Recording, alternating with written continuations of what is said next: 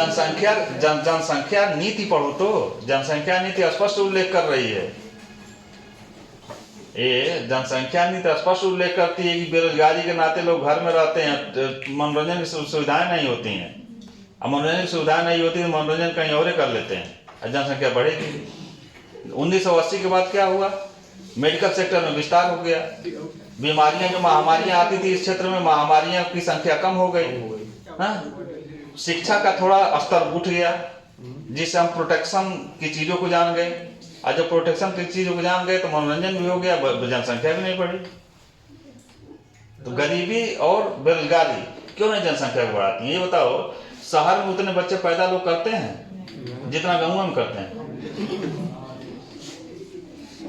बताओ, गांव का भी एक पीढ़ी नीचे जाओगे ना, अपनी रिश्तेदारी और हित मनो अगल बगल ही, तो 9 का रेशियो है, 6 से 9 के बीच में।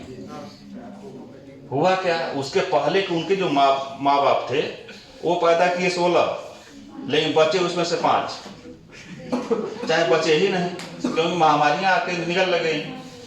मेडिकल सुविधाओं के जो हम लोग जीवन जो जी रहे हैं इस समय ना, उसमें मेडिकल का जो है बहुत बड़ा हाथ है। नहीं तो कितने जो है सर गायब हो गए होते। एक ही बात, तो कोरोना आया थोड़ा सा। अब देखो, पूरी दुनिया इंटरनेट के जमाने में अगर जो अफ्रीका महाद्वीप के किसी कोने में जड़ी बूटी खोजी जा रही है, तो इंडिया के किसी गांव में बैठा हुआ व्यक्ति भी जान रहा है कि अफ्रीका में ये शोध चल रहा है। तब जाके कोरोना कितने लोगों को निकल गया। जब हैजा प्लेग जैसी महामारी आती तो क्या करती थी? हमारे पास इंटरनेट भी नहीं था और हमारे पास उस तरह के शोध संस्थान नहीं थे कि हम जल्दी जल्दी जो है दवाओं को खोज सकें। लेकिन 1980 के बाद क्या हुआ? मेडिकल सेक्टर विस्तार हो गया। अब विस्तार होने के बाद जो पैदा हुए बच गए, धरती भर गई।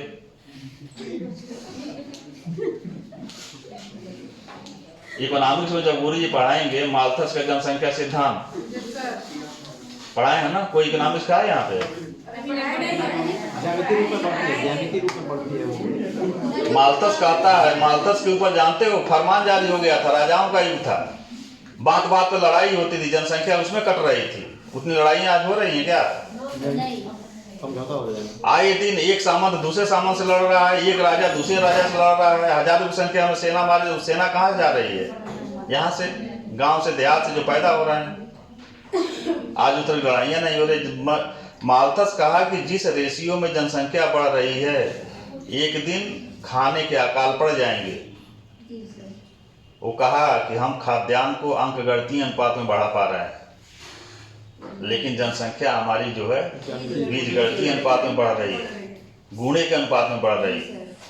और यहाँ अंकगणितीय 1 धन 1 बराबर 2, 2 धन 1 बराबर 3, इस तरह चल रहा है ना। 3 तक पहुंचते पहुंचते जनसंख्या कहाँ जा रही है? 2, 4 और 4 पैदा कर दिए, 4 4 को 16। आप इसको ना जोड़िए कि भाई कितने हैं, बहन कितने हैं। बहन अपने यहाँ पैदा करेगी, भाई अपने यहाँ पैदा करेगा। करेगा तो धरती पे ही पैदा। तो उसके ऊपर फरमान राजा जारी कर दिया कि ये कैसा है कि जो निगेटिव बात कर रहा है। जब जनसंख्या नहीं हुई तो सेना कैसे आएगी? जनसंख्या माल्थस को अंडरग्राउंड होना पड़ा। और लास्ट में देखो माल्थस का सिद्धांत। आज चाइना को 1 चाइना पॉलिसी लाना पड़ा। क्यों?